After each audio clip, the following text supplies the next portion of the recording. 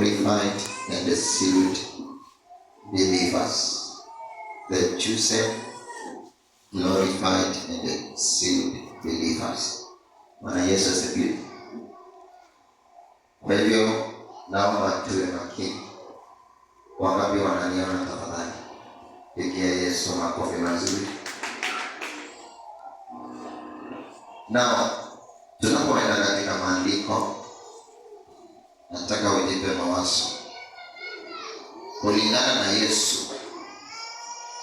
na Yesu, wale watu wanaoamini, the believers, ndio waumini. The believers ni waumini. Na waumini wote wako na vitengo, wako na sehemu, wako na levels. Kama vile kuna mwanga na mtoto mdogo, mtoto kiasi, mtoto mkubwa, mtu mzima na mtu mzee.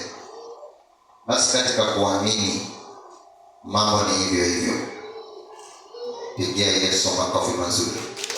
Wakati tunaongea kuhusu shule, kuna nursery ama baby class, kuna baby something, kuna grade 1 up to grade 7, grade 8, grade 9, kuna zile shule zingine mpaka colleges ama universities. Vile katika kuamini, there are primaries and there are secondaries. Pigia Yesu makofi mazuri.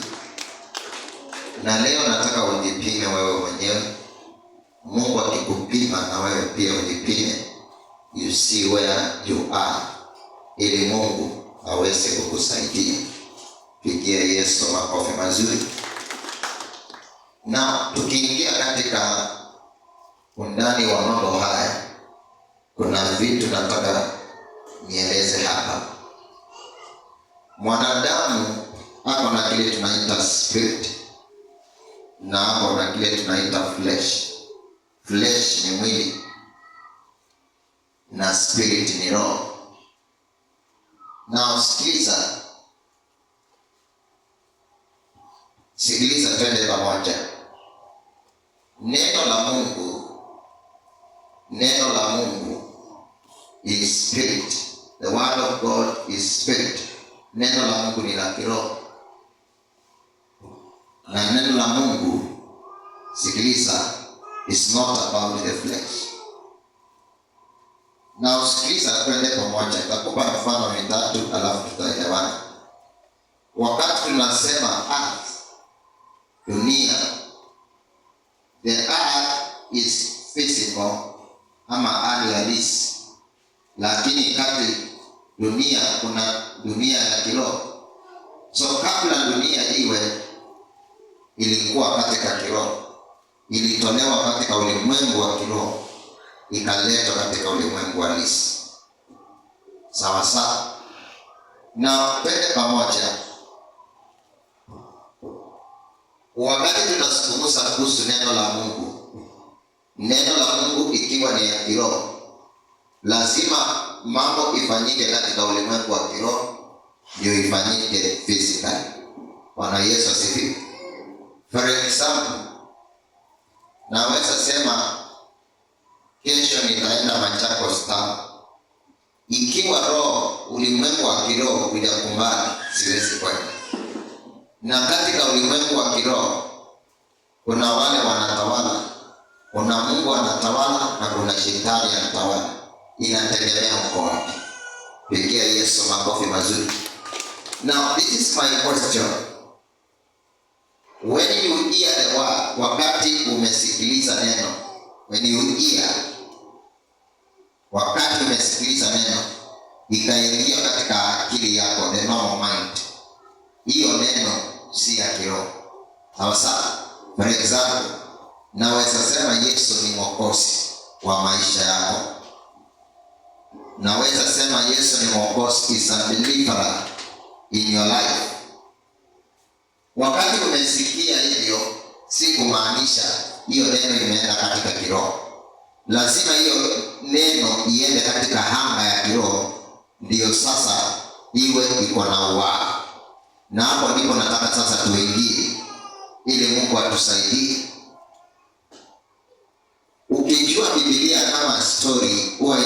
kwa akili, lakini katika anga ni empty, hakuna chochote. Na usikiliza, tuweze kwenda pamoja.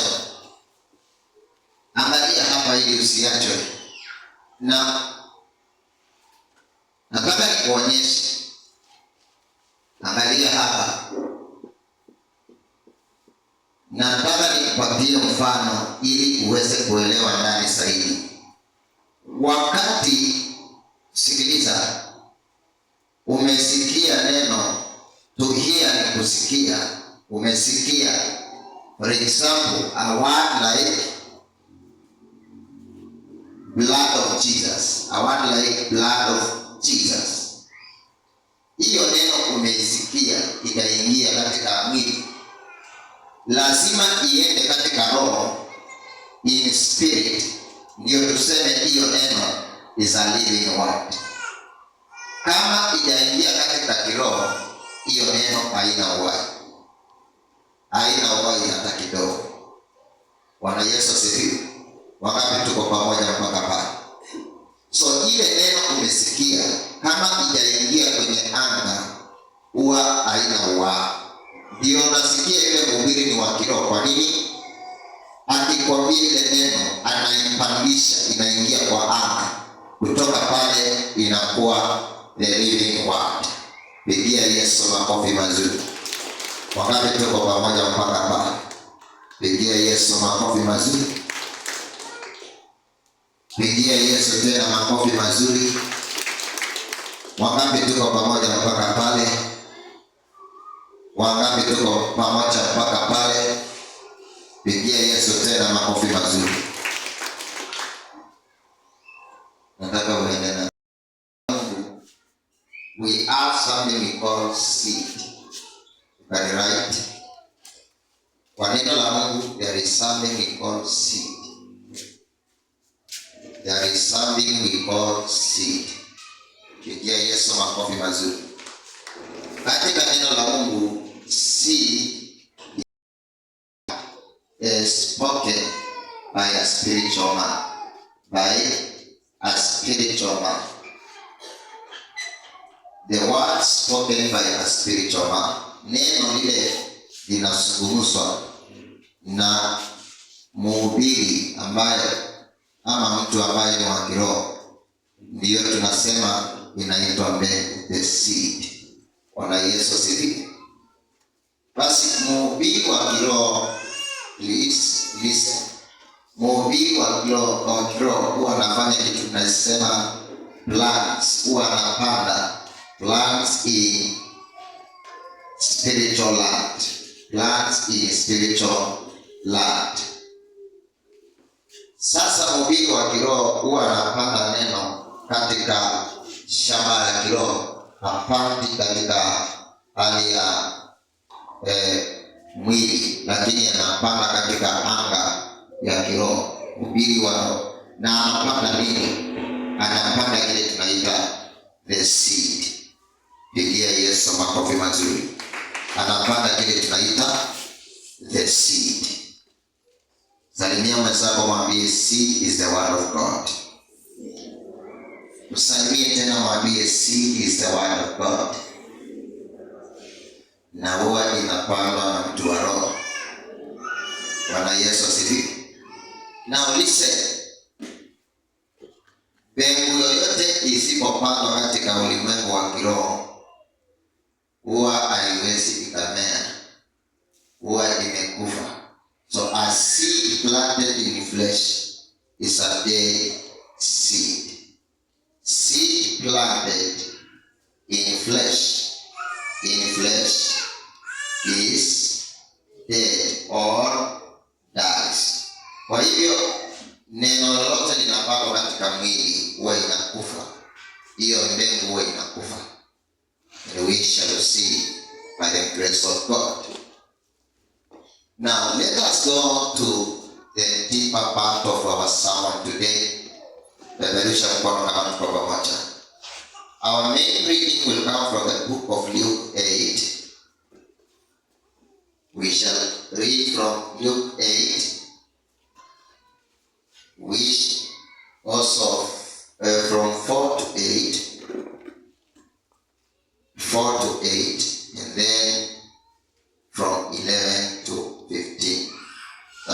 will be our main reading. Then 11 to 15. Allow me to proceed.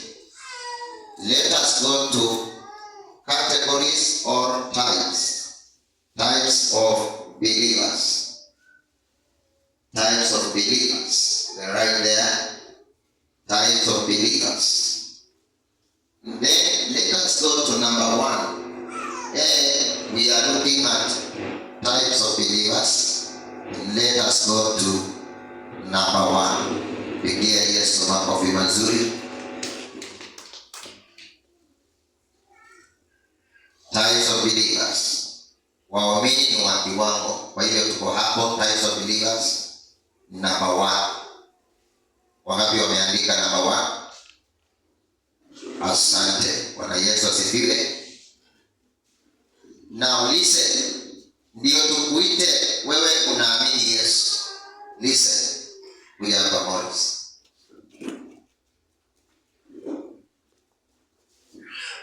Wapi leso moja ya kanisa? Leso moja ya kanisa. Pigie Yesu makofi mazuri. Inua mkono wako tunisalimie kwa hewa. Nataka uwe makini. Na angalia. Huyu ni Morris. Nataka ujifunge leso. Jifunge. Ukikutana na Morris amejifunga leso hivi, utasema jifunge kwa haraka. Asante nini? Bwana Yesu asifiwe. Morris akijifunga leso, tunaweza sema anakaa msichana, si ndio? Ama anakaa mama, ama anakaa mpishi. Kwa nini? Hii leso imembadilisha. Bwana Yesu asifiwe. Basi wakati sikiliza, neno la Mungu limepangwa kwako, huwa linaanza kukubadilisha. Ndio tunasema unaitwa believer. Believer ni mtu yeyote ambaye mbegu imepandwa kwake. Bwana Yesu asifiwe. Kama muumini hajapandwa mbegu lolote la neno, hatuwezi sema huyo ni muumini. Hatuwezi sema ameamini Yesu. So tukisema tunaamini Yesu ama damu ya Yesu Kristo, inamaanisha kuna mbegu imepandwa ndani yetu. Ndio maana tunaitwa believers.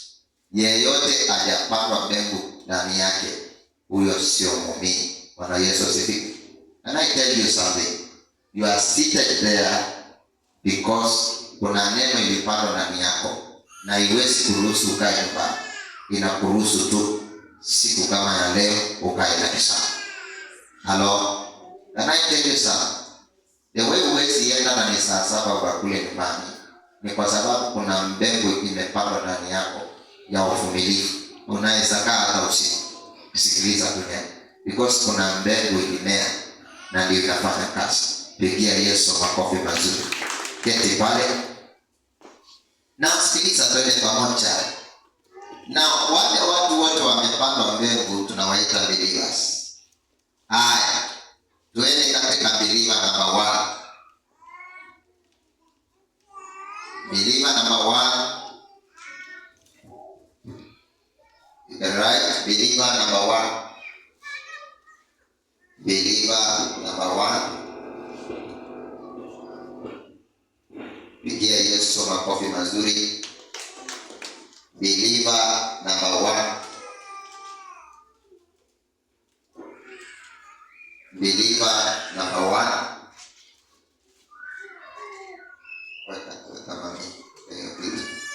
Believer number 1. Pigia Yesu makofi mazuri. Now listen, tukiingia believer number 1. Pale maandiko inasema Luke 8:4-8. Maandiko inasema na siku moja watu wengi, multitude of people, wakaja kwa Yesu. Yesu alipoona ni wengi na wamekuja kwangu, Yesu akaanza mahubiri. Bwana Yesu asifiwe. Yesu akaanza nini? Mahubiri. Great multitude came to Jesus, na Yesu akaanza mahubiri. Maandiko yanasema na Yesu alipoanza mahubiri, akasema kuna mtu anaitwa Soa. Soa ni mkulima. Akasema kuna mtu anaitwa Soa. Soa ni mkulima na anapanda mbegu katika shamba. Soa ni mkulima na anapanda mbegu katika shamba. Na Yesu alipopeana hiyo hadithi ama mithali, akapeana interpretation katika kitabu cha Luke 8:11-15. Hapo ndipo tutazingatia na Mungu atatusaidia. Now listen, believer number 1, mbegu huwa inapandwa kwake. And I want you to write this. Believer number 1, the seed falls on him or her. I want us to go just step by step. Mbegu inapandwa kwake ama inaanguka kwake. Maandiko yanasema birds of the air never. Birds of the air never. Usijali nitakutafsiria. Birds of the air never. That is believer number 1. Wakati mbegu imepandwa kwake, birds of the air ama ndege wa angani wanakuja na wanazimaliza nguvu. Now listen.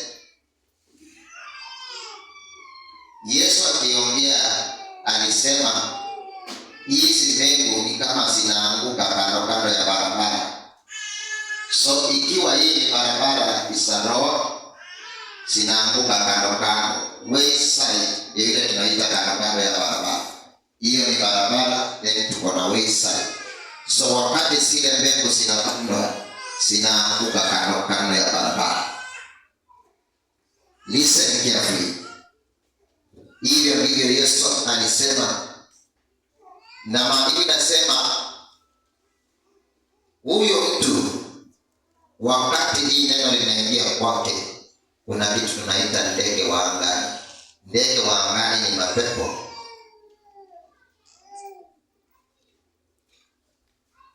Maandiko yanasema ndege wa angani wanakuja, wanachukua ile neno kutoka mioyoni mwao ili wasiamini na ili wasikombolewe. Now listen.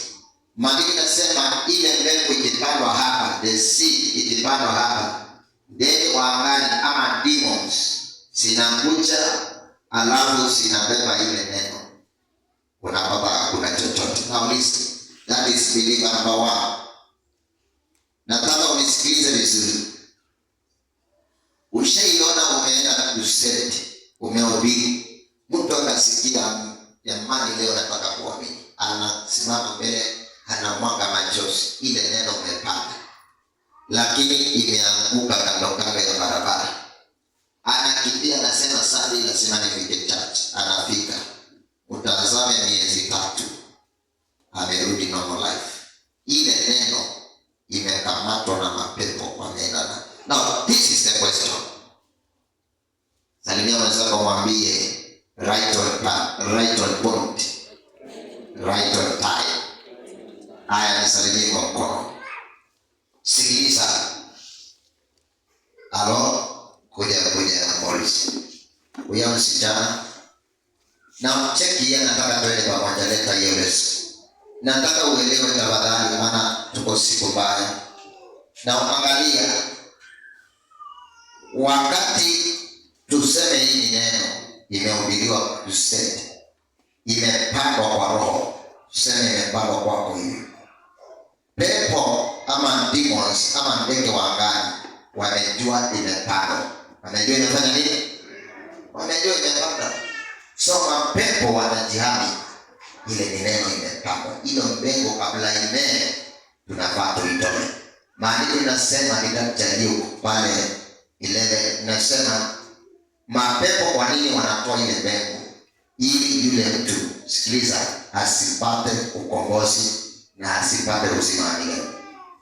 Shetani anajua ile mbegu ikimea, ule mtu atapata kukombolewa. So mapepo yanakuja kwa haraka, inachukua ile mbegu, inaenda na. Swali ni inapeleka wapi?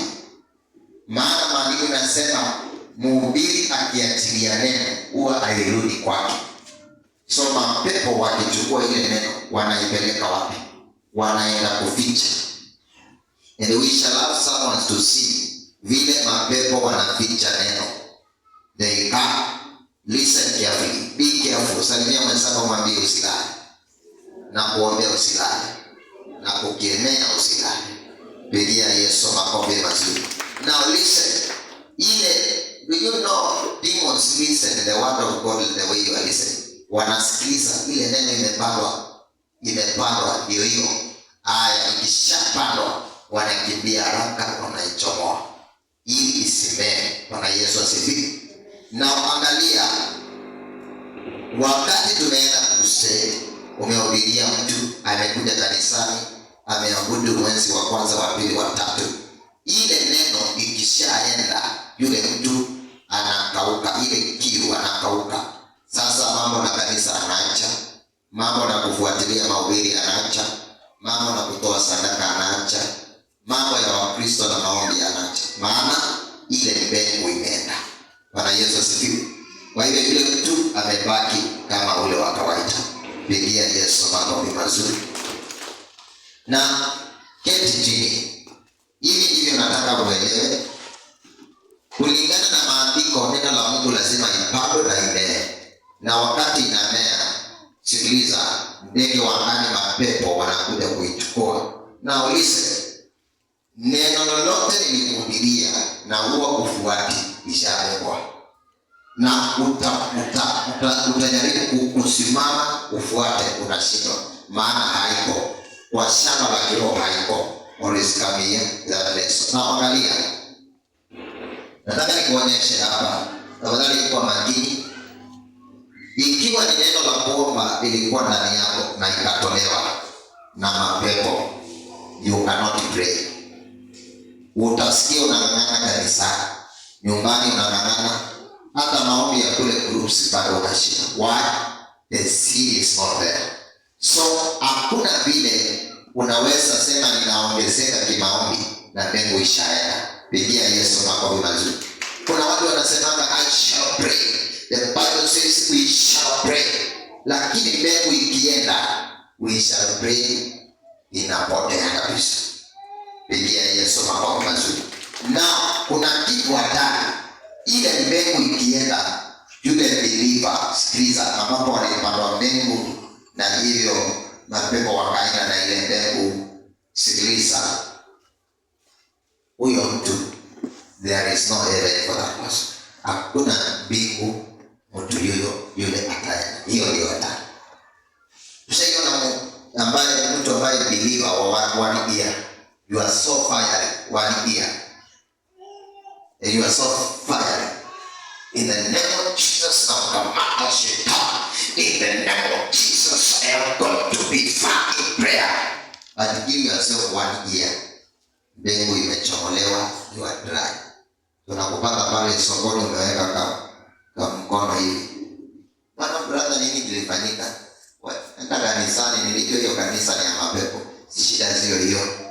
Demons came, they carried the word. Kuna wengine hapa waliacha kanisa, nikikusalimia na kukutabiria tena unakuwa firebrand. Why? Because the seed is planted again. Pigia Yesu makofi mazuri.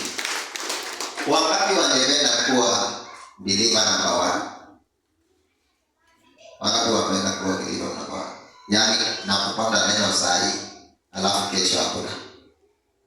Bwana Yesu asifiwe. Yani haina chochote, haina kazi kwako, hakuna chochote imefanya. Now let us go to believer number 2. That is believer number 1. Believer number 2, Marila Sandila. Believer number 2, listen this. Maandiko inasema neno lilipopandwa, believer number 2, neno lilipopandwa fell on rock. Hiyo neno ilimea juu, sikiliza, ilipandwa katika juu ya jiwe ama rock. Maandiko inasema ikamea, ikakauka na ikakosa moisture. fell on the rock, sprang up, right, ikamea. Maandiko inasema withered, and then lastly lacked moisture. Pigia Yesu makofi mazuri. And lastly lacked moisture. Lacked moisture. Pigia Yesu makofi mazuri. You can write, ndio tuende kwa haraka. Maandiko inasema mbegu hii imepandwa juu ya jiwe, ikamea, baada ya muda ikakauka. Unaweza chora hapa ndio nikuelezee. This is a rock. Ilipopandwa mbegu hapa ikamea, lakini kwa muda mfupi ikakauka. Itiwitha kwa sababu hakuna moisture. Hakuna moisture. Now, what kind of a believer is this? Maandiko yanasema huyu ni yule mtu anasikia neno na furaha. Receives the word with joy. Receives the word with joy. Anasikia neno na furaha sana. Anasikia neno na furaha sana. Maandiko yanasema lakini anakosa mizizi, na kwa muda mfupi majaribu yakija, when temptations comes, anapotea. When temptations comes, anapotea. Maandiko yanasema ukihubiri, ukiwa mhubiri wa kiroho, kuna ile neno itaanguka juu ya mawe.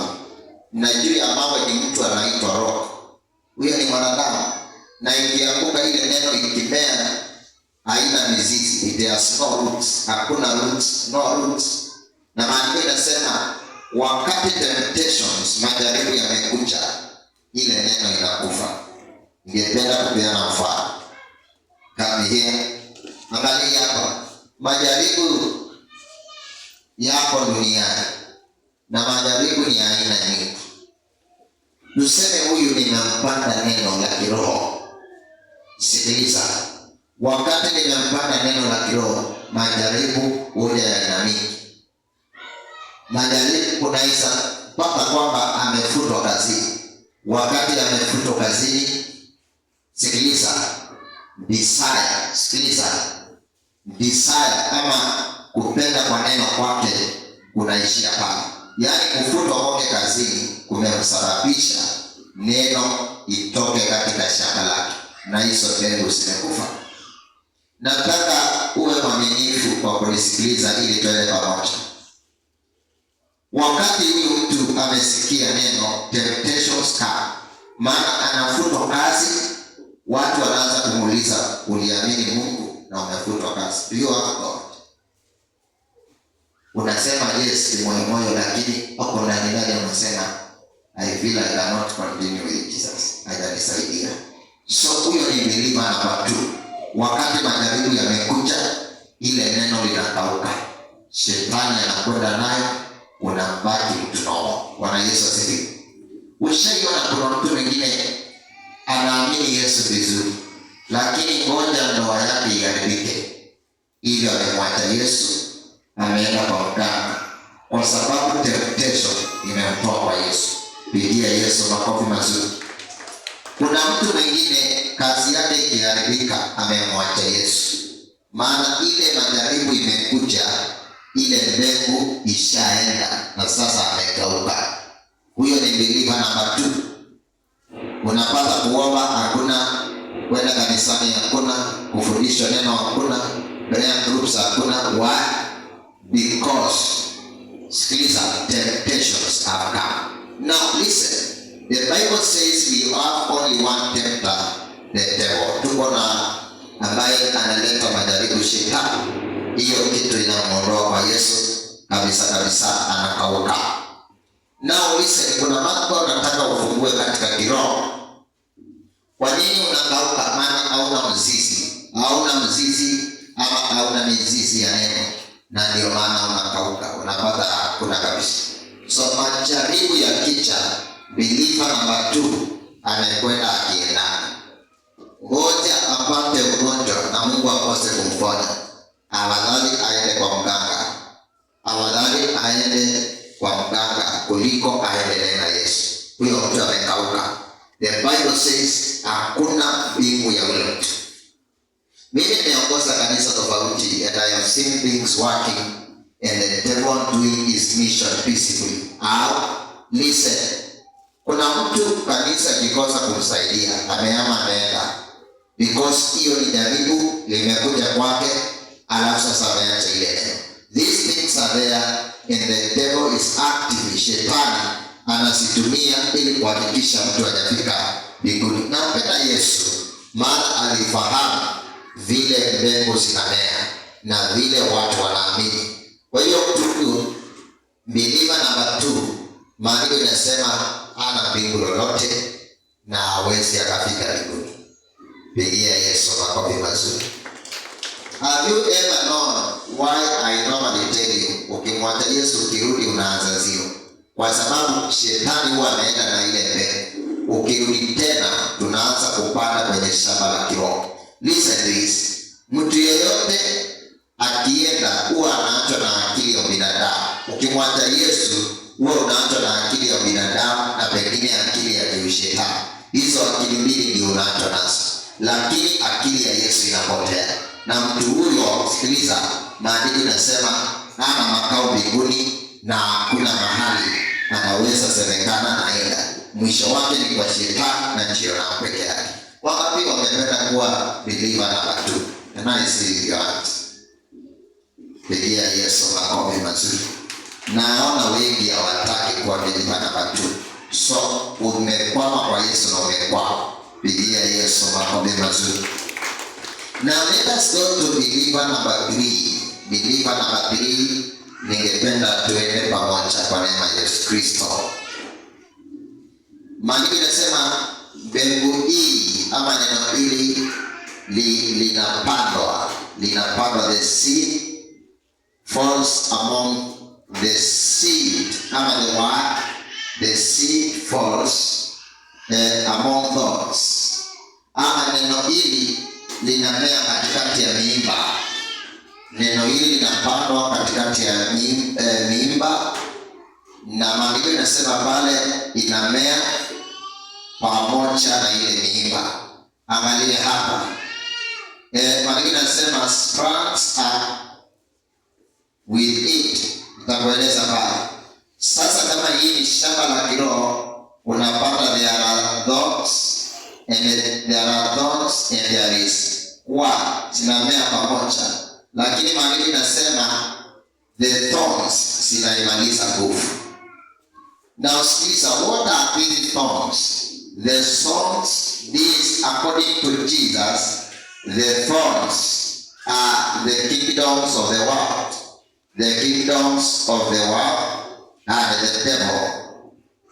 And the devil, that is according to Jesus. Ni falme za dunia pamoja na falme za kishetani. Ile ndivyo Biblia inasema. Falme za dunia pamoja na falme za kishetani. Na nitaeleza pale. Now, simply look at this. Let us see what are these thorns deeply. Miiba hii katika usemi wa Yesu ni nini? Maandiko inasema, listen carefully what the Bible says. Thorns katika usemi wa Yesu, sickness, mambo kama magonjwa yanafanya ile mbegu kutomea. Biblia inasema pia utajiri, riches, unafanya ile mbegu isimee. Still what we call pleasures of the world. Pleasures of the world. Ama furaha za kidunia. Pia maandiko inasema mtu kama huyu hawezi kuwa muumini ambaye amekamilika. Cannot be a mature Christian. Cannot be a mature Christian. A mature Christian. Now listen this ili tuende pamoja. Pigia Yesu makofi mazuri. Now listen this. Na mpenda Yesu anatueleza vizuri. Sisi waamini ndio tunakuwa na vitu ngumu na mpaka hatutaki kuelewa vile Yesu alimaanisha.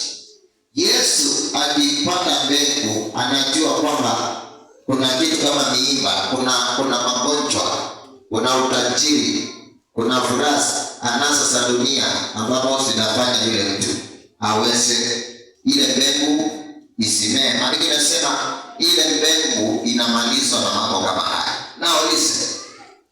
Do you know kuna mtu alikuwa anampenda Yesu, lakini utajiri ukamwondoa kwa Yesu. Kwa nini? Utajiri ni miiba iliyomwondoa kwa Yesu.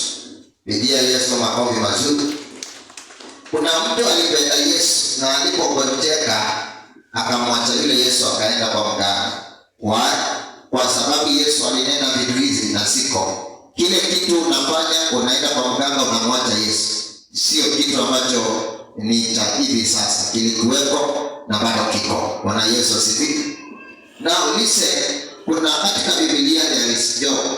Job alipatwa na ugonjwa kama vidonda akapatwa, lakini hiyo haikumuondoa because alielewa mambo ya kiroho.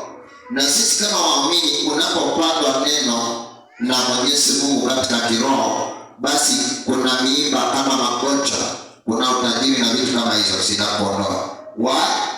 Aliye basi kuna wawili ambao wakiwa wadogo kiasi kidogo, washirika watatu, they were very faithful, maana hawakuwa na chochote, lakini ngoja watajirike, ngoja watu wawapee mali.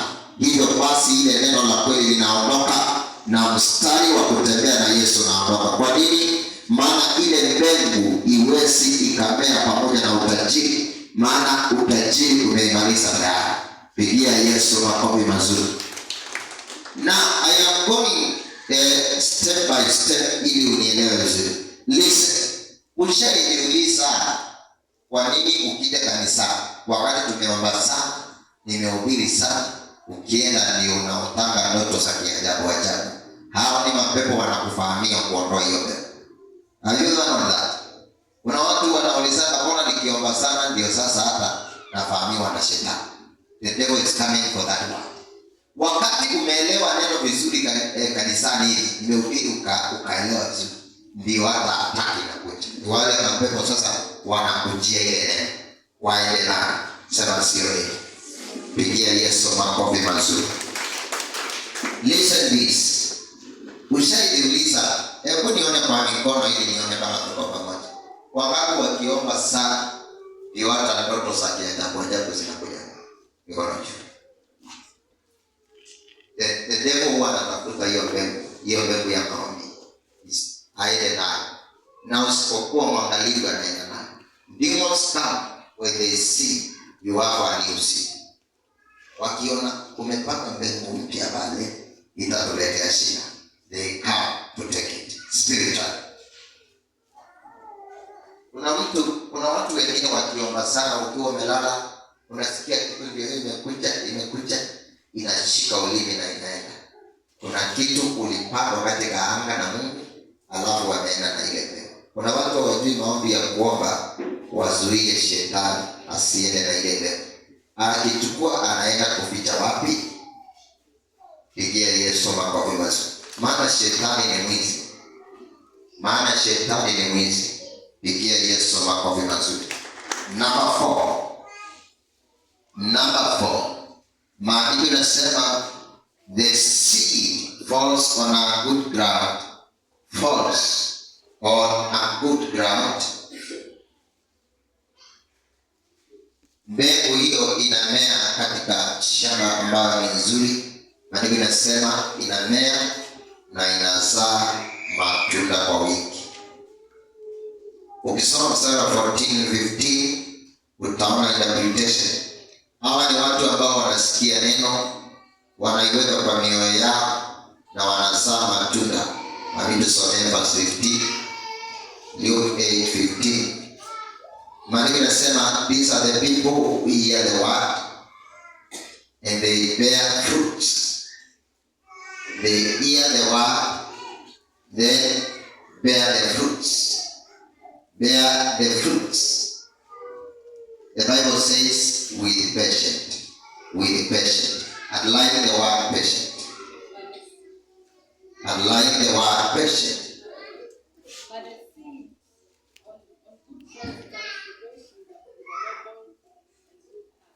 With a noble and good heart. Pigia Yesu makofi mazuri. Who hear the word and retain it, and by persevering, produce a crop. Bwana Yesu asifiwe. Maandiko yanasema by patient wanaleta mazao. By persevering. Bwana Yesu asifiwe. Now listen, what does this tell you? Mungu akipanda mbegu, sikiliza, hakuna vile itamea kwa siku moja na izai. Maandiko yanasema by persevering there is fruit. Pigia Yesu makofi mazuri. Now God is God of patient. God himself is patient. God himself is patient. Read for us the book of 1 John 4:16. 1 John 4:16. 1 John 4:16. Hapa sasa ndio nataka uwe makini. 1 John 4:16. 1 John 4:16. Maandiko inasema, sikiliza tulisomewe pale 1 John 4:16. And so we know and rely on the love God has for us. God is love, and whoever lives in love lives in God, and God in him. Maandiko inasema God is love. Now what is love is without sin. And without sin means you are patient. 1 Corinthians 13.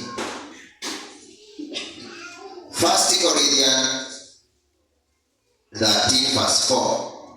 1 Corinthians 13 verse 4. Nimeenda kusomea hiyo mstari miwili tuende pamoja. 1 Corinthians 13 verse 4. The Bible says love is patient, love is kind, and so forth. Yeah, love is patient. Love is kind. Fika hapo tu. Love is patient. God is love, and love is also patient. Ni uvumilivu. Now, when we talk of kuvumilia, wakati tunaongea kuhusu kuvumilia, Mungu mwenyewe ni mvumilivu. Hello? Morris, come here quickly. Na wakati tunasema Mungu ni mvumilivu, tuseme mimi ndio Mungu. Mimi ni mvumilivu. Basi nikikuzaa kiroho, you must also bear the same character. Are we together? Mimi kama Mungu ni mvumilivu. Sasa nikikuzaa kama mtoto, wewe unakuwa mvumilivu. Listen carefully. Kwa Mungu kama hauna uvumilivu, Mungu hayakuzaa. Kwa hiyo maandiko yanasema the fourth believer ako na kitu tunaita patient. Ako na belief. Ndio maana kitabu cha Galatians kinasema patient is the fruit of the Holy Spirit. Kwa hiyo Mungu ni mvumilivu na sisi wenyewe tunafaa kuwa wavumilivu. Pigia Yesu makofi mazuri. Kwa hiyo kuna wale watu utawapanda mbegu alafu watavumilia mpaka mbegu imee. Pigia Yesu makofi mazuri. Now this is where I want us to be very serious and very key. And I want you to listen carefully. I will quote the book of 1 Samuel 1:20-28. The book of 1 Samuel chapter 1, let's say 1-28. I will use that example which is written there. Mami, you put up Somea verse 5, maneno ya Yesu Kristo. Now tukisomewa na tusikilize vizuri. There was a man in the Bible by the name Elkanah was there. Elkanah, the Bible says, had 2 wives. One of the wives was Anna, and the other was Penina. These were 2 wives. Bwana Yesu asifiwe. Verse 5 only. Pigia Yesu makofi mazuri. Number 1. Bwana Yesu asifiwe. Na maandiko yanasema hawa ni wanawake wawili ambao walikuwa wameolewa na mwanamume ambaye tunamuita Elkanah. Lakini sikiliza, maandiko yanasema huyu alikuwa na watoto, children. Alikuwa na watoto, na kulikuwa na wakati wa kutoa dhabihu, wa kutoa sacrifice. Elikana alikuwa anapea Penina na watoto wake, na huyu anampatia damu, maana alimpenda.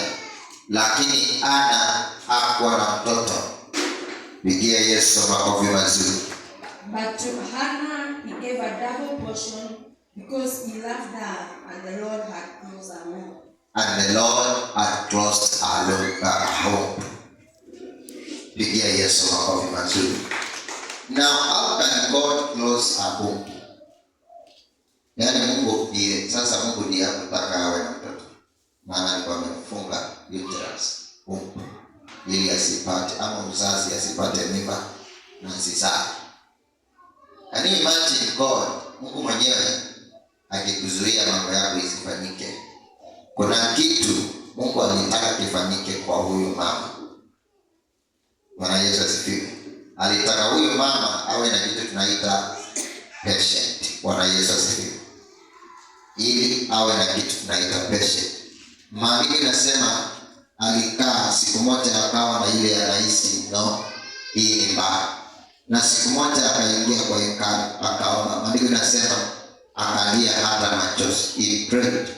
Lakini cha ajabu ni kwamba maandiko inasema tusomee verse 7. Sikiliza verse 7 vile inasema. Verse 7. This went on year after year. Whenever Hannah went to the house of the Lord, her rival provoked her till she wept and did not eat. Fika hapo. Bwana Yesu asifiwe. Yaani aliomba mwaka kwenda ule mwingine, akakaa bila mtoto. He is praying. Imagine unaomba mwaka huu unaishi, unaomba mwaka mwingine. So maandiko inasema year after year apati. Lakini akaendelea hivyo. Sikiliza, hakuna mahali Biblia inasema ati Ana akaona Mungu ameshindwa akaenda kwa mganga, no. Ati Ana akaacha kanisa kwa sababu aliona Mungu ameshindwa, no. Ati Ana akaacha kutoa dhabihu kwa sababu Mungu hajampa mtoto, no. Maandiko inasema she went on praying year after year, mwaka kwenda ule mwingine. Pigia Yesu makofi mazuri. I love this woman because alitambua I am a believer number 4. Then no matter what, I should walk with God. Bwana Yesu asifiwe. Kwa uvumilivu ndani ya huyo mwanamke kulikuwa na Mungu ndani yake, maana alikuwa mvumilivu. Nowhere the Bible records that Ana akafika mahali sasa akasema wacha niende kwa mganga kama wale wengine tunaona kwa Biblia. No. She went on praying patiently, akiwa na uvumilivu. Maandiko inasema na siku moja Mungu akaamua kumfungua uzazi wake akapata mtoto. Na wakati alifanya hivyo, maandiko inasema alienda mbele za Mungu akamwambia, ukinipa mtoto, sikiliza, nitampeleka kwenye kanisa na atakuwa mtoto wako. Bwana Yesu asifiwe. Verse 10 inasema nini? Verse 10. In bitterness of soul, Hannah wept much and prayed to the Lord. Bwana Yesu asifiwe. Maandiko inasema Hannah wept, akalia Mungu, lakini hakuwa na wazo la kwenda kwa mganga wala kumfuata shetani. She continued to pray. Bwana Yesu asifiwe. And one day Mungu akamsikiliza na akampa mtoto ambaye anaitwa Samuel. Bwana Yesu asifiwe. Now listen carefully. This is now where I need you to be careful. Anytime umeomba alafu umeenda kwa mganga, shetani ametoroka na hiyo leo, unakujanga kuanza zero. So unaanza rotation. Bwana Yesu asifiwe. Unaanza kusunguka. For example, unaweza kuja hapa alafu nikutabirie kitu. Mapepo yale yachomoe. Uende ukae. After 1 year unarudi kanisani. ile mbegu tayari imeenda. So utachukua muda mrefu sana kuliko ule ungechukua kupanda mbegu tena na iweze kumea. Now this is very serious. Mambo ya Mungu na vitu za Mungu na vitu za kiroho zinakujenga kama mbegu, inamea, inafanya kazi. Now this is my question. Mungu leo akuje ama neno leo lipande kwako liseme hivi. Sikiliza, nataka kupeana mfano tu. Come closer. Nataka kupeana mfano. Niwe ninahubiri hapa, alafu all of a sudden Roho Mtakatifu anisungumzie, then nisungumze kitu kuhusu, niongee kitu kuhusu, nikwambie look at this, kwambie next year but one you will be preaching. Hiyo ni neno nimepanga. Halafu katikati, sikiliza, uache kanisa na urudi tena, unaanza zero. You start from the beginning. Na ikiwa utahubiri ni shetani anayekupanda, na ndio maana nataka nikuonyeshe hapa. Songa hapo. Ukiwa kwa kanisa kama hii ya kiroho, nimepanda hiyo lengo, nikasema utakuwa unahubiri. Wakati umetoka kanisa tayari mapepo yameondoa hiyo lengo. Ikiwa utahubiri, shetani anakupatiana counterfeit seed. Counterfeit seed. Wanachukua ile halisi wanakupea ile nyingine, ambayo ni fake. Ndio naonanga watu wengi ambao wanatoka kanisa, unaona sokoni wakihubiri makanisa wanasema I have not the spirit of father, my spirit of father is God. Ni mbegu fake imemea. Bwana Yesu asifiwe. Lakini unasema niliongeleshwa na Mungu alafu now I am preaching. I don't need to be in a church to preach. I don't need to attend a church service to preach. Ni ile mbegu fake imemea. Ile halisi tayari imeenda. Pigia Yesu makofi mazuri. Now listen this carefully. Listen this carefully. Counterfeit seeds are not seeds from God. Mbegu ambazo ni photocopy ama ni fake hazitokani kwa Mungu. Ukiona mhubiri yeyote, sikiliza, twende pamoja, anaweza kuhubiri mwaka huu na ule mwaka mwingine akaacha kuhubiri, tayari kapandwa counterfeit na shetani. Ukianza kumsikiliza tena after 1 year, sikiliza, atakwambia ni majaribu, saa hii nimeinuka. Alafu akusomea Biblia kwambie mtu wa Mungu anaweza anguka mara 7 na akainuka tena. Hiyo ndio fasi ya shetani anapea watu, ndio wajikinge wakae na mbegu yake. Sikiliza, sikiwa sisi ni mfano wa Mungu. Wapi Yesu aliacha kuhubiri? Maana mbegu ile ilikuwa ndani ya Yesu Kristo ilitoka mbinguni. Pigia Yesu makofi mazuri. Where in the Bible, maana Peter alipandwa mbegu na Yesu Kristo. Where in the Bible one day Peter aliacha kuhubiri ama Petro aliacha kuhubiri? No. Maana mbegu ile ilikuwa ndani ya mtume Paulo, ilikuwa imetokana na Mungu. Where aliacha kuhubiri ndio aanze kuhubiri next time. Maana inasema hata akiwa kwenye gereza alihubiri. Pigia Yesu makofi mazuri. Now listen carefully. Unamwona mtu ambaye yako kanisa, yule mtu anaomba sana, lakini anaacha kanisa 6 months. Baada ya miezi 6 anarudi kanisani, anasema niliacha kanisa ndio niende niliozwe, alafu nijazwe sana alafu nirudi. Ile umeenda na umerudi, umekuja na fake. Ile original tayari imeshaenda. Pigia Yesu makofi mazuri. Now listen this carefully. There is one thing you must know. Hakuna mhubiri na hakuna, sikiliza, mfuasi wa Yesu Kristo ambaye anachukua Yesu leo alafu kesho anarudi nyuma atakwambia sasa nitazaa matunda. Maandiko yanasema believer number 4 ndiye anazaa matunda, wale wengine hawazai matunda. Pigia Yesu makofi mazuri. Ukimwona mtu yeyote amepokea neno la Mungu, sikiliza, akaacha kanisa, akaacha mahubiri na akaacha kuomba kwa miezi, sikiliza, kwa miezi, sikiliza, akishapata fake anaanza kuhubiri kule, that is totally fake. Wale watu wanazaa matunda, maandiko yanasema they are patient mpaka matunda yapatikane. Pigia Yesu makofi mazuri. Do you know since I came to Mlitoni, kuna watu nahubiria wanaenda wanarudi, wengine wanaenda wakienda. But hakuna siku nilisema kwa sababu umeenda sitahubiri. I am still preaching because I am here to bear fruits and I am not here to give anything else. Pigia Yesu makofi mazuri. Na sikiliza twende pamoja. Hili ndivyo nataka uone tofauti. Nivutia. Katika anga kuna lugha tofauti. Katika anga kuna lugha tofauti. We are going to be whereby tutamalizia pale. Now spiritual languages. Spiritual languages arises according to the level of a believer, Na nitakueleza hapa. Na katika anga kuna spiritual languages. Kuna lugha tofauti katika anga.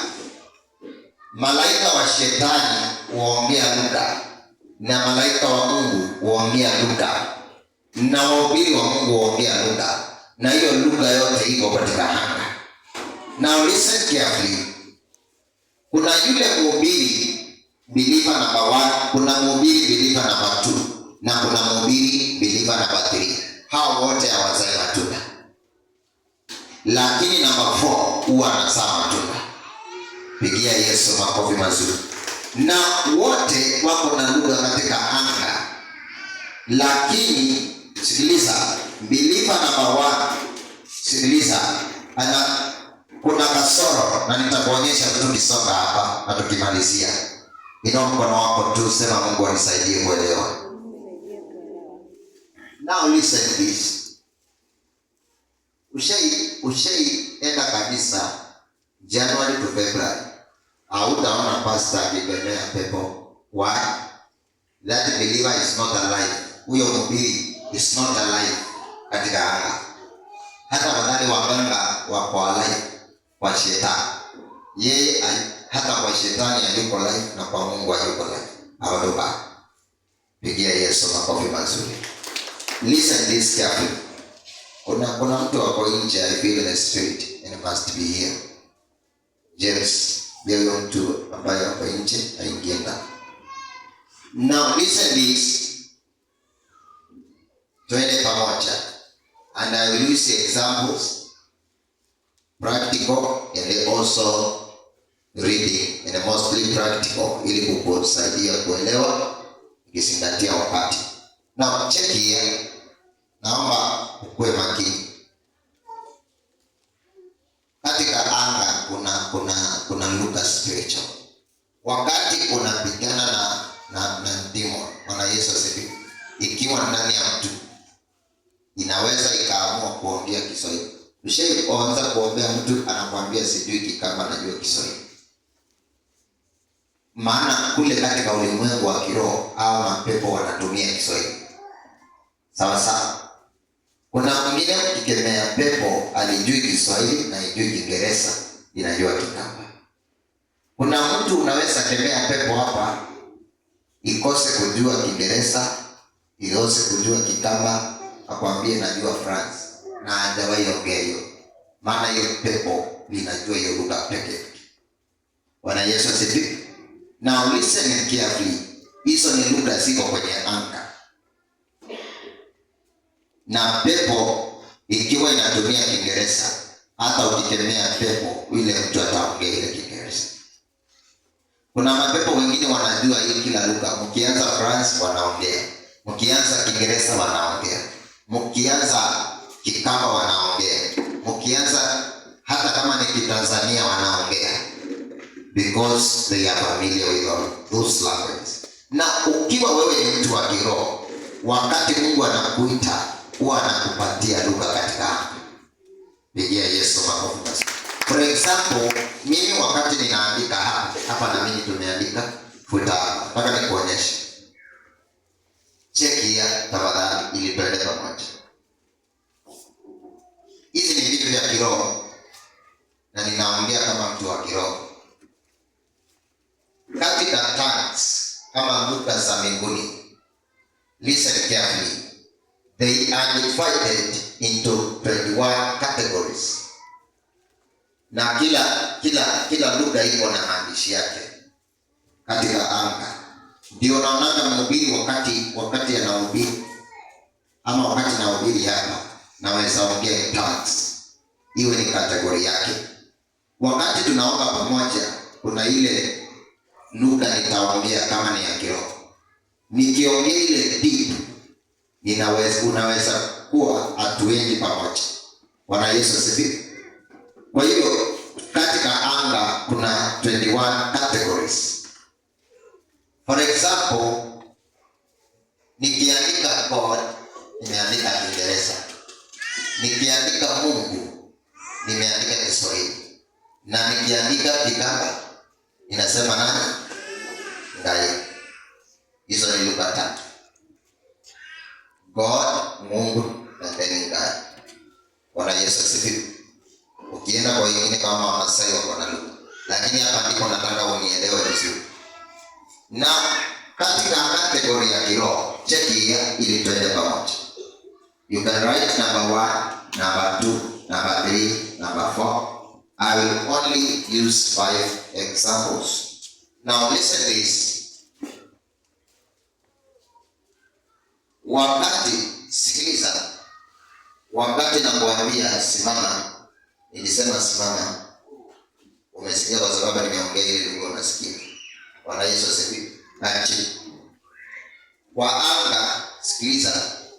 Wakati unachokosa giza ama unaondoa giza kwa mtu.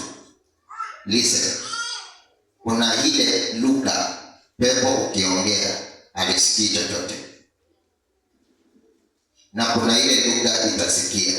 Na hapa ndipo nataka nikuonyeshe. Now look at this. There is another word we can say fire kwa Kiingereza, moto kwa Kiswahili, Kikamba wa maji. Kulingana na language. Now listen this. In tongues, ama katika lugha ya mbinguni, ukiwa wewe ni category number 4, kuna kitu huwa kinafanyika. Check here.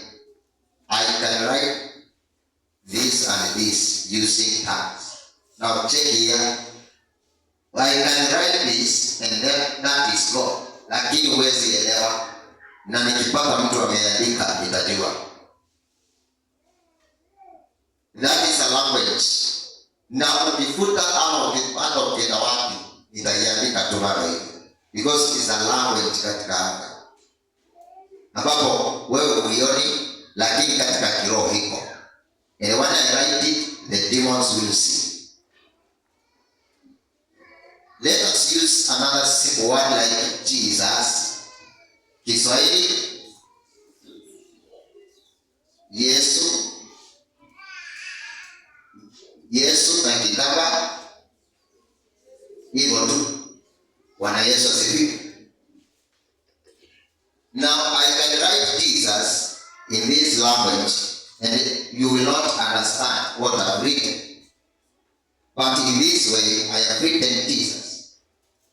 Now how do you know this is a language from heaven? Bwana Yesu asifiwe. Wapi sister kuja? Yes. Sister kuja tu.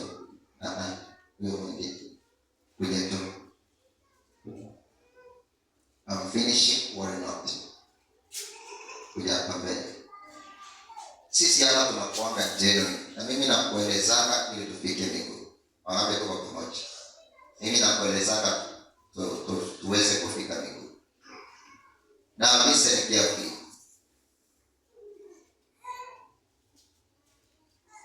Wakati tuko hapa kanisa, wakati naongea in tongues hivyo, kuna tongues naweza ongea upate glory imeshuka, ingine upate hakuna glory, depending watu wamejitoleaje katika hiyo siku.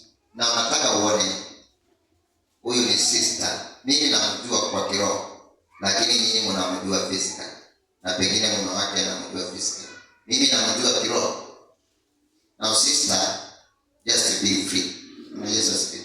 Feel free. Usiwe na wasiwasi. Hebu fanya mkono hivi. Wewe mwingine. Are you free? Bwana Yesu asifiwe. Na nataka uguse ile ya pili. Ile ya pili. Nimeandika pale. Enda uguse hiyo ya pili. Naona namba 2. Enda uguse. Na usitoe mkono. Gusa tu. Gusa namba yenyewe.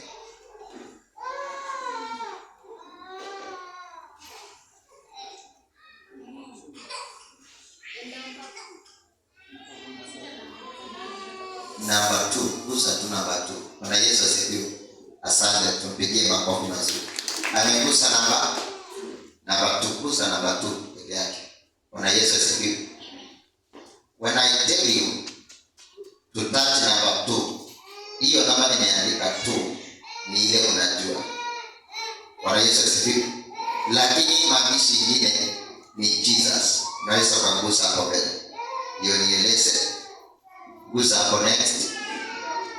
Hapo nimegusa nini? Umegusa nini? Jesus. Umejuaje ni Jesus? Ama ni kwa sababu nimesema? Kwa sababu amesema, si ndio? Pigia Yesu makofi mazuri. Kaa chini. Haya, nikikwambia saa hii nifute na nikwambie uandike, will you write? Nikifuta saa hii niseme andika, will you write? Sasa hivyo ndivyo inakuwa. Unaweza kuwa unanisikiliza. Sikiliza. Alafu kuna vitu vya anga ninasema katika lugha lakini upate uwezi kuielewa. Na nikifuta tu ni hivyo uelewe. Pigia Yesu makofi mazuri.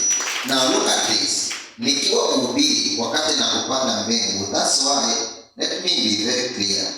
Mimi nikiwa baba yako vile unajitolea, hizi lugha huwa zinaanza kuja kwako automatic. Hata unaweza kuwa hapa kanisani with time unaanza kuongea in tongues. Why? Because it's a spiritual language. Pigia Yesu makofi mazuri. Now look at this. Nataka nikuonyeshe hapa. Angalia hapa ndio tunamalizia. Wakati tunazungumzia mbingu, kuna kitu tunaita glory. Glory is the presence of God. Bwana Yesu asifiwe. Now look at this. I can write glory.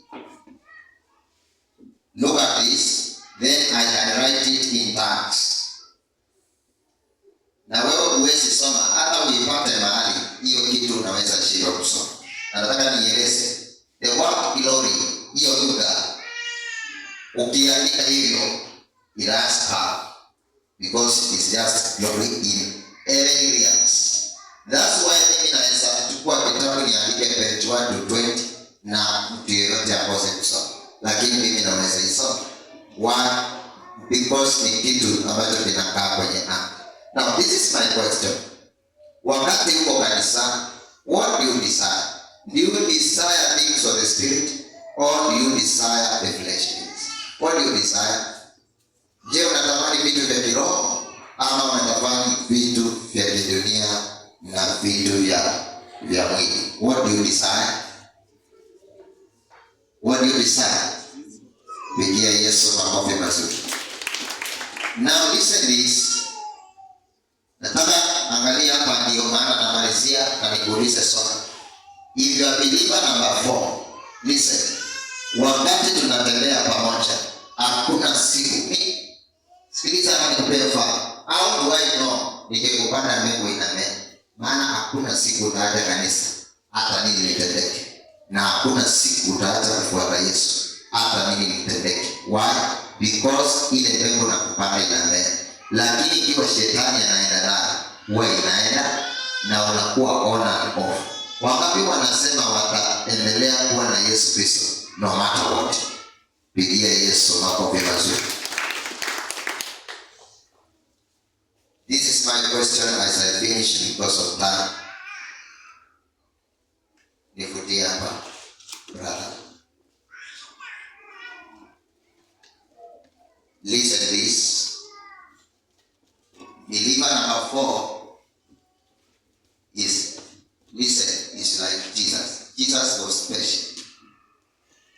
Jesus was special. The Bible says Jesus that God is patient and Jesus was patient. So believer number 4 is always patient. And this is my question. Wakati umekuja hapa kanisa, nimekuambia kitu fulani itatendeka. Jua linaipanda kama mbegu, alafu inaanza kumea. Wangapi, nataka tu kuwe honest. Kama nishai kuombea kitu, alafu baada ya 1 week, utasikia hiyo kitu ni kama inaenda ni kama haitatendeka, inua mkono. Be honest. Nikakuombea kitu, baada ya 1 week, 2 weeks, unaona hii kitu hapana, haitendeki. Courage. Don't fear to be honest. What you do? Yani nishai kuombea kitu hapa, nikakuombea, nakwambia hii itafanyika. Lakini baada ya muda mfupi tu ukaona no, it cannot work. Haiwezi fanyika. Courage. Mwingine. Asante, tuwapigie makofi kwa kuwa honest. After those 2 weeks, shetani huwa anakuja nichukua. Ndio maana unakuwa na hiyo doubt. Ukishafanya hiyo, ile mbegu inaenda. Bwana Yesu asifiwe. Pigia Yesu makofi mazuri. Ninataka nimalizie kwa mfano. Yesu alikuwa na mitume. Halo? Alikuwa na mitume. Mitume kama Apostle Peter, wengine kama Paulo, wengine kama James, waliendelea na injili. Now listen. Mtume yeyote kwa Biblia alimwacha Yesu. Hatuoni tukiambiwa alimwacha Yesu na akamrudia. Akienda alikuwa anaenda. Yesu alikuwa anajua ule mtu akirudi atarudi na kama perfect. Bwana Yesu asifiwe. Mhubiri yoyote, sikiliza, ashahubiri na akaacha, na baada ya miaka akarudi tena, huwa anarudi na counterfeit. Mbegu ya Mungu kamilifu ambayo inazaa mazao, hakuna siku utaacha kuhubiri. Bwana Yesu asifiwe. Hakushaiona mhubiri wa kweli hata akisema sihubiri leo, mahali anaenda kukaa kama ni kwa gari, anaanza kuhubiri, because he's a living seed of God. Pigia Yesu makofi mazuri. Kuna watu wanaulizana, ninajuaje mbegu yako ni counterfeit? Ikiwa mtu wewe unasema unahubiri na unaambia watu waje kwa Yesu, wanakukosea kitu kidogo tu, alafu ni hiyo.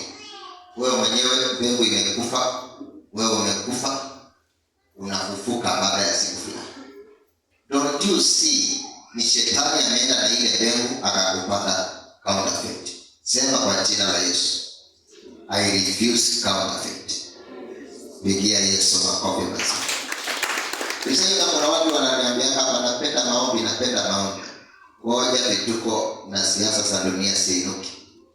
Uwezi muona kwa prayer group, uwezi muona kwa maombi even glory. Why? The seed has been taken.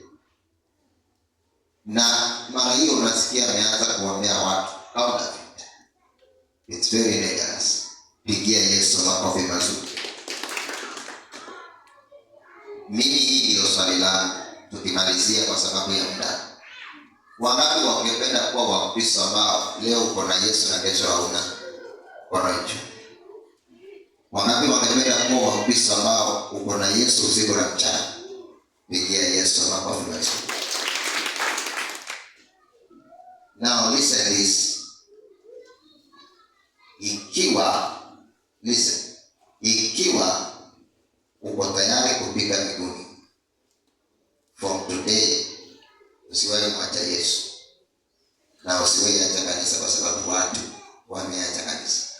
And you will give fruits. Utazaa mazao ya mbinguni, sio mazao ya kawaida.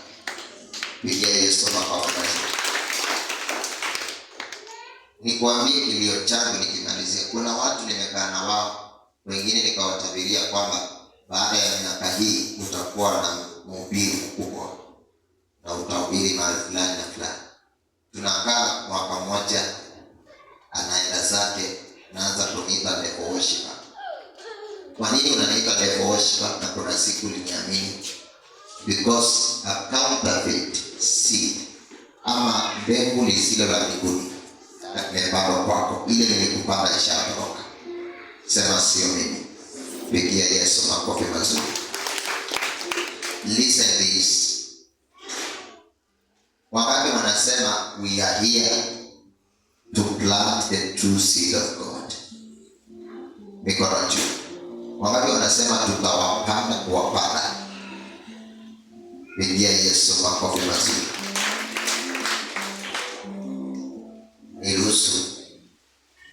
Niruhusu nimalizie hapa kwa jina la Yesu. Maana hata nikiharakisha mvua hiyo, niruhusu nimalizie hapa. Wangapi wananitazama?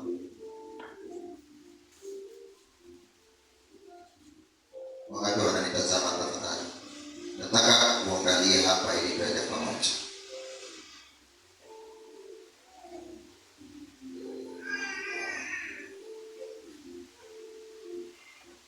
Angalia hapa, kuna mtu aliangalia hapa. Nataka uangalie hapa kabla tumalize. How do you know that I am true man of God? Unajuaje? Unajuaje kwamba mimi ni mtu wa Mungu? Mwingine atakwambia ninamuonaka kwa ndoto, mwingine atakwambia ananihubiria ukweli. You know that there is kuna ile power of God ambayo inakaa kwa mtu ambaye anaitwa na Mungu, na hiyo huwa unahisi automatic. When you meet with true man of God, unahisi automatic.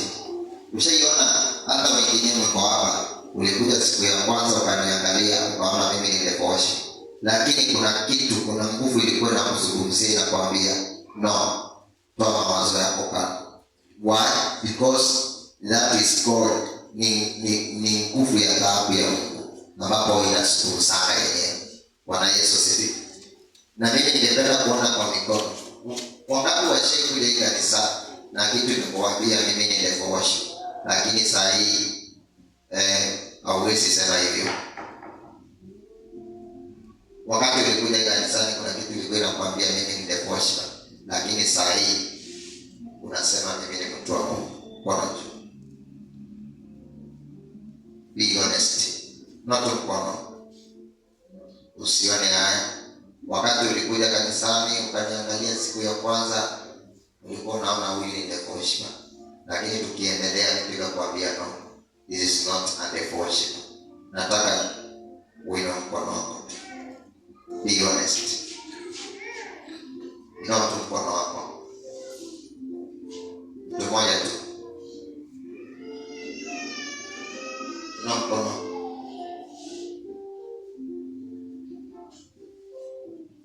No mkono nione tu.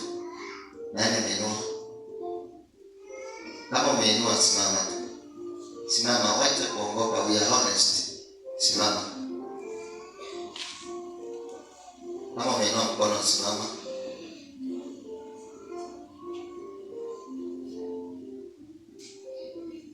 Uliona mimi ni devotion. Kuna mwingine. Wakati wanasema tukue honest, we be honest. Kuna Yesu asifiwe.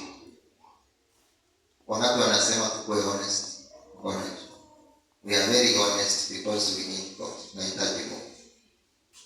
Je, kuna mwingine? Kama kuna mwingine nahisi kwa roho lakini anajificha kisiri tu. Na sitakangi kuita mtu kwa sababu ati Mungu ananisikumzia ndio ile pana. I have wisdom of the Spirit. Sister alifanya hapo mbele. Kuja, simama tu pale. Nataka ni kuonyeshe ili tuende pamoja. Kama ushaikuja hapa kanisani na ukahisi kitu inakwambia hivyo, simameni hapa. Bwana Yesu asifiwe. Ndani yako huwa ni shetani, sikiliza, anataka chochote unasikia aende nacho.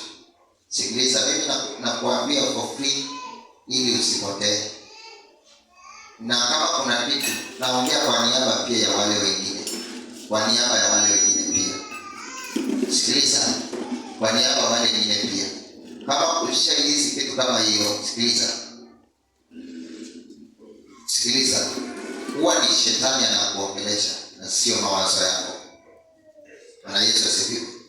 Na sikiliza, naongea kwa niaba wale wengine, na usipokuwa mwangalifu huwa unakaa ile kitu inakuongelesha tena na inaweza ikakuondoa kwa Mungu.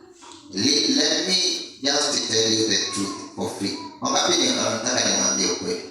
Mimi sina shida na mtu yeyote, hata hawa sina shida.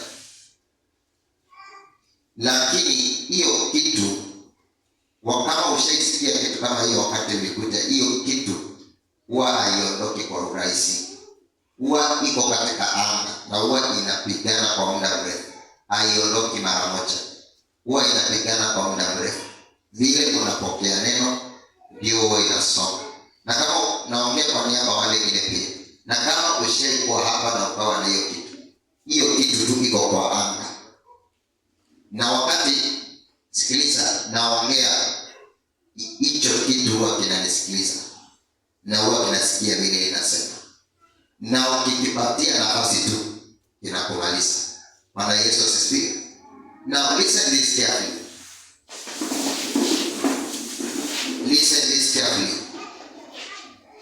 Sikiliza, kwa access hiyo spirit huwa inakuwa ni kama devil agent. Nataka nikuonyeshe example hapa. Hiyo kitu iko katika anga. Sikiliza, just come kwa haraka tu. Nikisema I capture that devil agent in the atmosphere, inaweza ikaanza kuongea.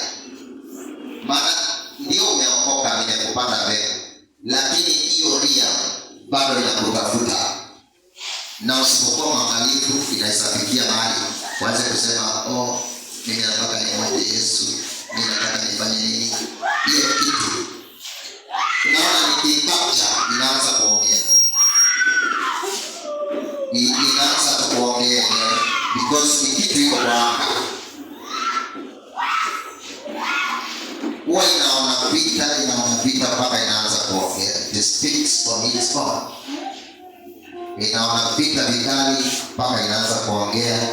Na ndio nasikia mtu anapita mahali anaanza kusema mimi ni devil agent. Si kwamba yule mtu ni devil agent, ni ile kitu iliyosuguzia ndio inamtaka. Si kwamba yule mtu ni devil agent. Ile kitu iliyosuguzia wakati alikuja kwa mtumishi wao ndio inamtaka. Lakini vita vinavyoendelea na ukianza kufanya vita, watu wanaanza kushangaa, mbona wewe mtu tumekuwa naye na tuwanani kitu? Hapana, ile kitu lazima mtumishi apigane nayo mpaka ifikie mahali imeshindwa kwa jina la Yesu. Na watu hawajatoka wote. Kuna mwingine I feel in the spirit. Ulikuwa na hiyo katika mawazo katika akili yako na katika anga. And you are here with us. I feel hata wakati hawa wako hapa, I feel in the spirit wewe tu. I wish you could get a medal. Nipeane example pamoja na wewe, hata mimi bila kukuita. Ni badabus. Na nataka nikuonyeshe hapa. Wacha nitumie huyu. Kuna mwingine inaye mikono yako. Kama ushaikuwa na hiyo mawazo, unatumia mikono yako.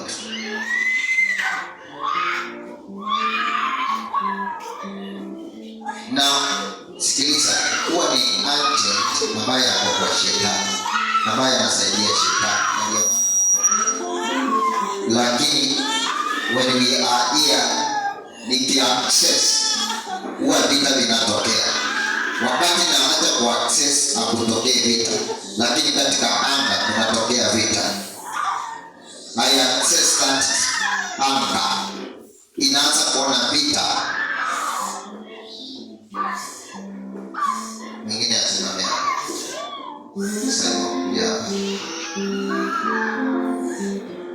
katika hiyo anga rabalabus analibus. Ukianza kwa access hiyo anga, sikiliza, simama karibu na It is tormented by the fire of the Holy Ghost. Mari Shaliba ande Masaya. Nikisema nina access na ninapigana na hiyo anga, wewe inaanza kuona moto. Na nikisema ona moto, ona moto, ona moto, ona moto. Na hiyo anga raba la bashana na moja hapo chini. Ona moto, nikianza kusema ona moto. Dele salama inde Masaya. Nataka nikuonyeshe mtu kama huyo anakombolewa kwa njia gani? Anakombolewa kwa kupanda mbegu polepole mpaka ile kitu inanusi uwepo wa Bwana. Ama inanusi uwepo wa Bwana Shetani. Lakini katika kiungu lazima upande mbegu polepole mpaka ikalete matunda.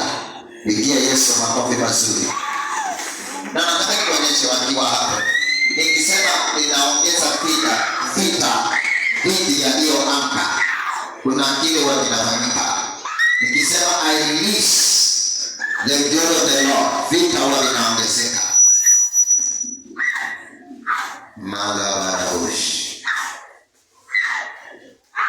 Rishalabarabush huwa kinakusumbua kwa moyo wako. Na mara katika hii wiki nimekuwa nikiona inakusumbua ikitaka hata usiwe na kule church. Na nimejaribu kukuombea hii wiki, lakini naendelea na hiyo vita. The moment umeacha kanisa, hiyo kitu tayari inakupeleka jiona.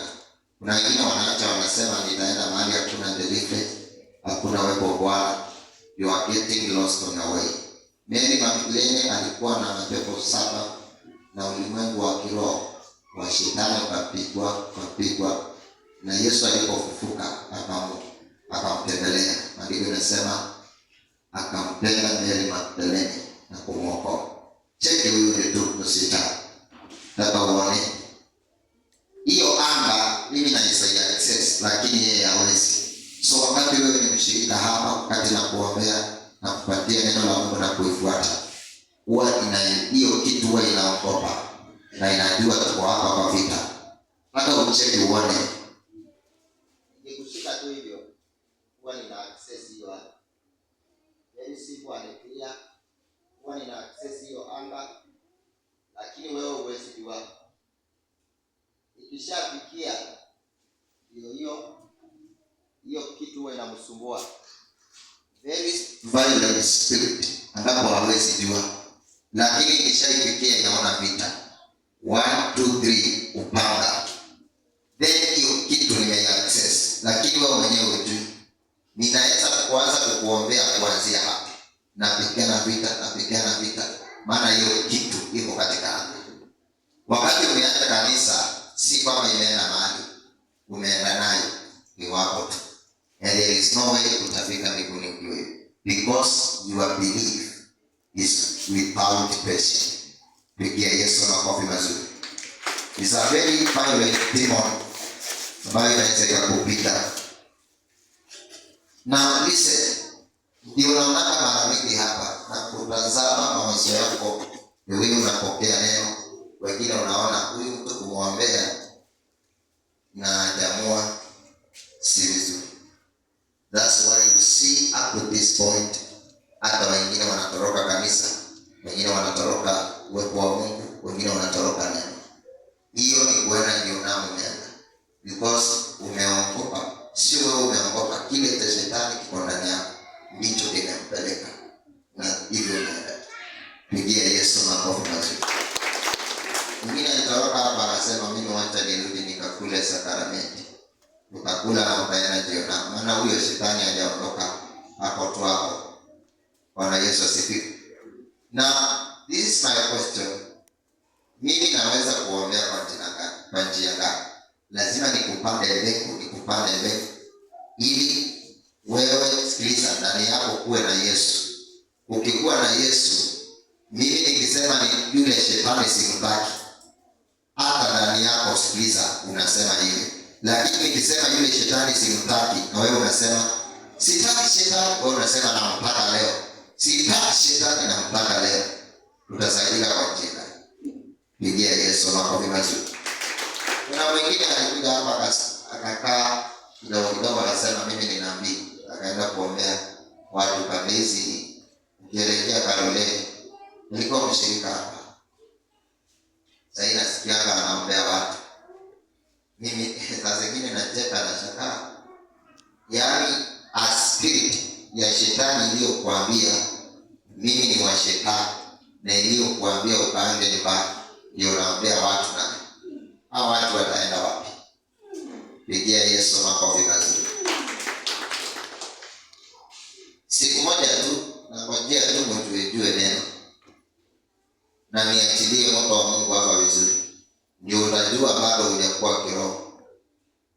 Na wale hapa tu vizuri mosmos mpaka upate uko na neno, lakini wengine unapata hivyo, you are not strong enough.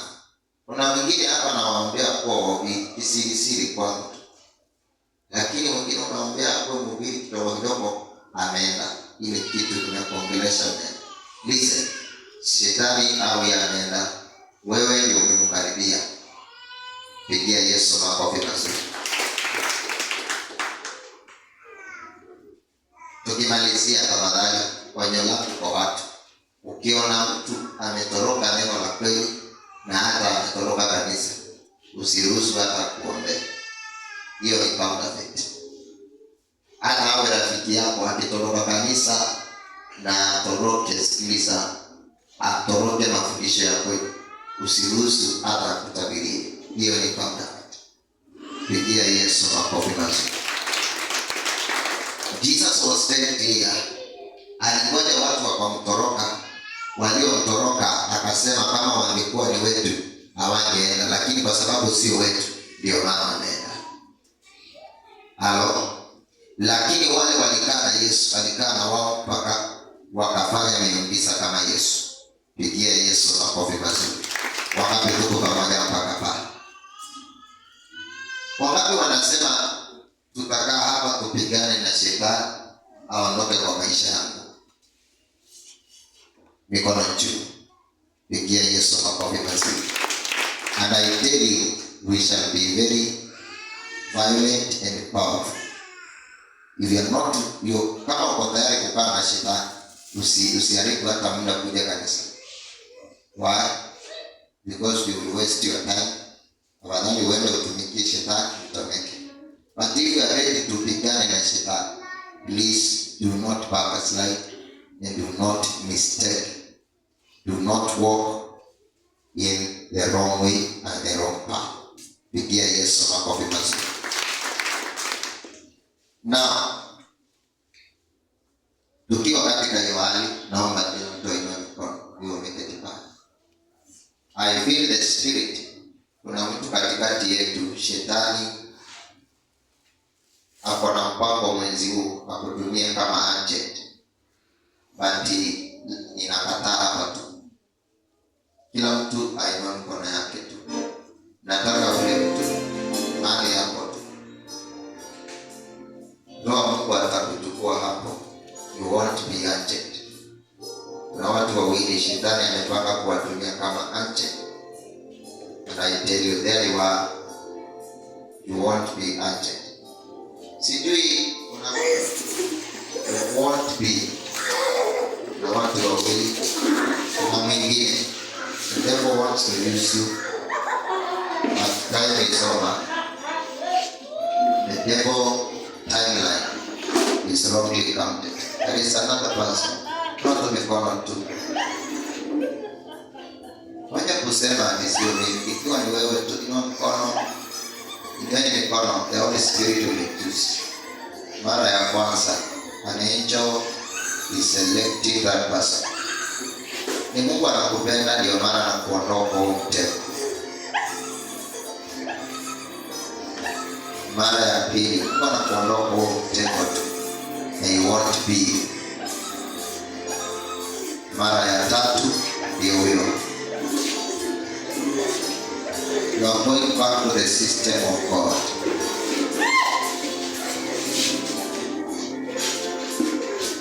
You want to be used as an agent by the devil.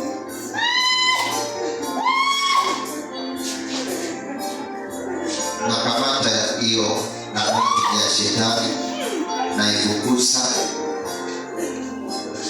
In the name of Jesus. 1, 2, 3. You are overpowered. You are overpowered. You are powerless.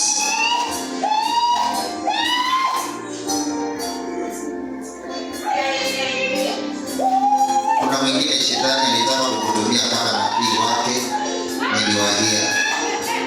Ingawa nimekuwa juu umeketi. Kuna mwingine katikati yetu shetani alitaka kukutumia kama nabii wake, bali Yesu anakupenda. Akasema leo hauwezi kuwa nabii wake. Hauwezi kuwa nabii wa shetani. Mara ya kwanza hiyo anointing ya shetani haitafanya kazi kwako. Natuma ukombozi kwako. You won't be, hautatumiwa na shetani katika unabii wao. Mara ya pili, you are 3 of you. Shetani alitaka kuwatumia hiyo. Hizo mbegu hazitamea kwenu, Mungu atawasaidia. Mara ya kwanza, out of that bondage, I shall speak with you. Sasa Bwana mtu akitoka nje. Mara ya pili, mbele mikono tu. Funga macho yako, wache kutazama watu. Funga macho yako, wache kutazama watu. Mara ya pili, where you are. Na mara ya tatu, you are out of that life. Out of that life. Out of that mission. In the name of Jesus. You are out of that mission. In the name of Jesus. Naona mbingu imefunguka. Kuna kitu kama dhahabu. Moto unashuka. God is coming for you and he is delivering you. In the mighty name of Jesus. Hiyo. Out of that mission. Out of that mission. Out of that mission. Mara ya kwanza, ya pili, ya tatu. I finish that power and that spirit ya shetani ya kutabiri, ya kunenea na hata kuongoza na maroho tofauti. In the name of Jesus.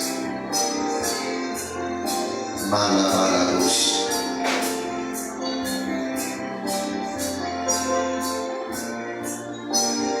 Litereus. Estabio. Ramana. Yes, Estabio. Ramana. Yes.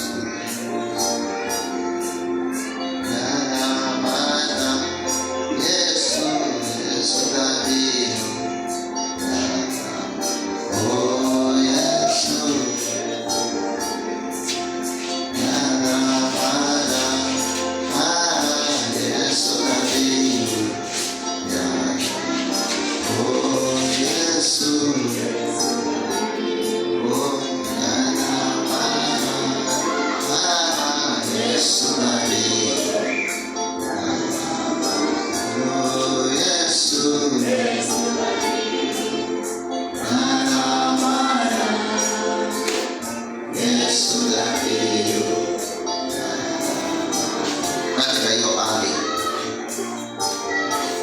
Listen carefully.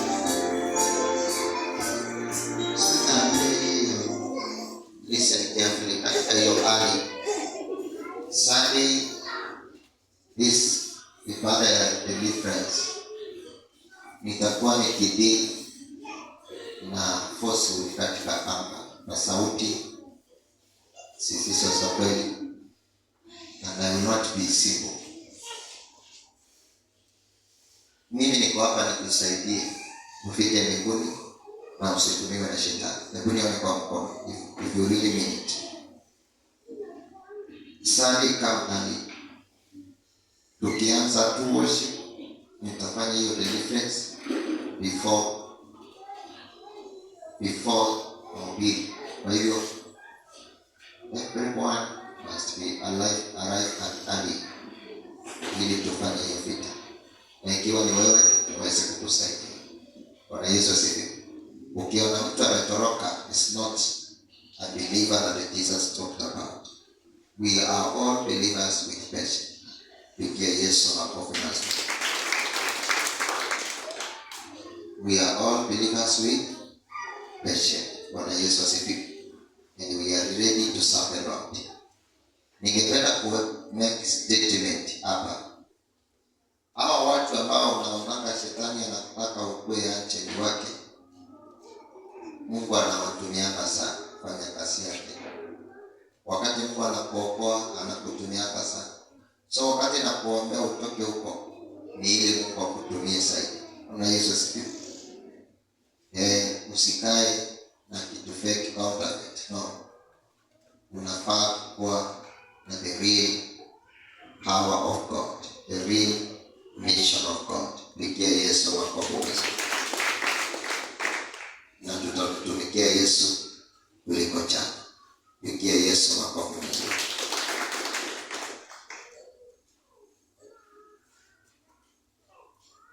Nisikilize. I would like to make a very simple statement here. Ukiona napenda sana kukuombea miliki, kwa sababu kuna mbegu fulani imeachilia kwako, na huwa ninataka ime, na huwa ninaichunga sana isiende na shida. Bwana Yesu asifiwe. Kwa hiyo nawe tie bidii ili uweze kufikia. Pigia Yesu makofi mazuri.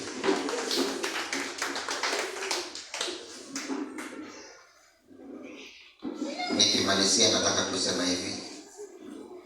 Listen. Usikuwe mtu wa on and off ili kukusaidia. Kwa mtu wa kusonga mbele tukisonga, na Mungu atatusaidia. Tusimame sisi wote.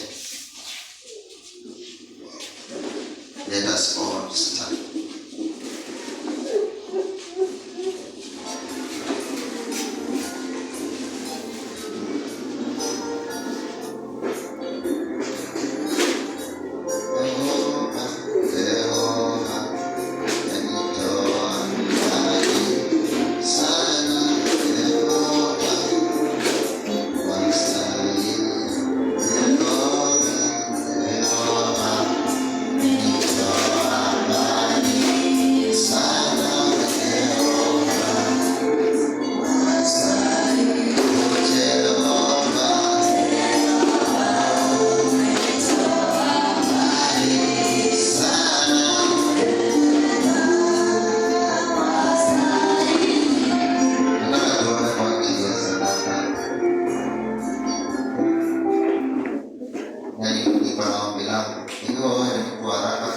Don't do that. The Lord is speaking to me that kuna mapepo katika hapa wanataka utoroke dakika hii wa kupossess. So usitoroke na usitoke nje mpaka nipeane nafasi. Lazima nikinge nafsi yako. Lazima nikinge nafsi yako. Shika sadaka yako kwa uaminifu. Tuombe kwa ajili ya sadaka. Mungu nasema ni asante tunapotoa sadaka zetu kwa jina la Yesu Kristo naomba na kuamini.